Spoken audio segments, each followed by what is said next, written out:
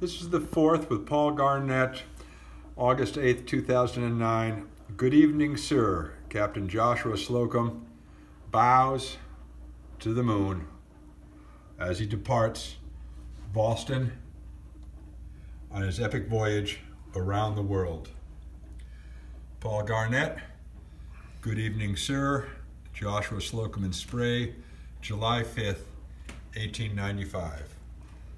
Take it away, Paul. Yeah, Howard, this was the day that Slocum left with the boat, and everyone had wished him goodbye, and he was off the coast of Massachusetts, and this tremendous fog had rolled in and completely enveloped the ship to the point that he couldn't look over the side and see the water beside the ship.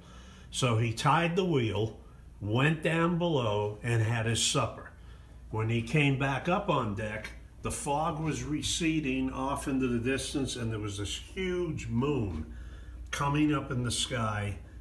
And I thought it was really neat that he came up on deck and he looked at what he saw, took his hat off and bowed and said to the moon, "Good evening, sir." Now, I remember reading Sailing Alone Around the World with Joshua Slocum many years ago. A great classic book. Sure. Yeah. So from the book or from his log, did you get the information about tying the wheel down, coming up and the book, bowing to the moon? The book he wrote, and I also got it from part of his log, what he had filled out in his log. So but they all thought he was crazy, you know. Oh, yes. That boat was up on the grass. Oh, sure. It's an old oyster dragger. Rotting away. Yep. And he rebuilt it totally. People would go by, they'd make fun of him. They thought he was crazy. Yep. And they'd say, "You're never going to get that thing to float. You're out of your mind. What the hell are you doing?" You know. And he said, no, I see greatness in this boat, and I'm going to bring her back to life. And that he did. And it's funny, with your painting, I'm trying to get in at different angles because they're so actually correct. I think I can get a little bit, by just tilting my phone, I can get more from the right or the left, but it's just a figment of my imagination. Yeah. But an incredible painting, just rolling, the spray just rolling up over a little swell. Yeah.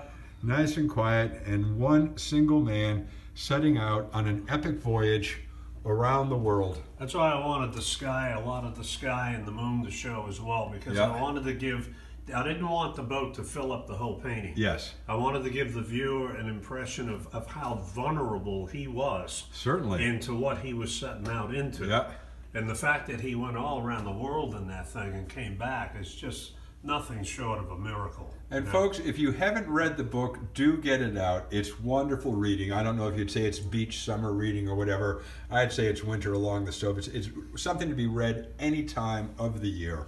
How to outsmart the natives in the Tierra del Fuego with some carpet tacks. That was funny. So that was a lot of fun. He locked his hatch, went down below to bed, tied the wheel, and to keep them off, he took a barrel of carpet tacks he had and threw them all over the deck, and he heard a lot of screaming and yelling as everybody was jumping off the side back into the water. But he got through the people down there that were just living like very, very primitive, you know, and had never seen anything like that. Of course, a man alone, you can't take enough caution, you know, protecting yourself. So. All new territory. Yeah. Paul, thank you once again. We really appreciate having these 4 new paintings in Camden Falls Gallery, and I can't thank you enough. And really enjoy the time, you taking the time to give us your narrative, because all of Paul's work are basically taken from the captain's logs, the ship's log, whatever he can find. These paintings are paintings that are created in Paul's mind of things that actually happened the way they happened 100 and more years ago. Paul Garnett, thank you very much. Oh, you're welcome, Howard. Thank you.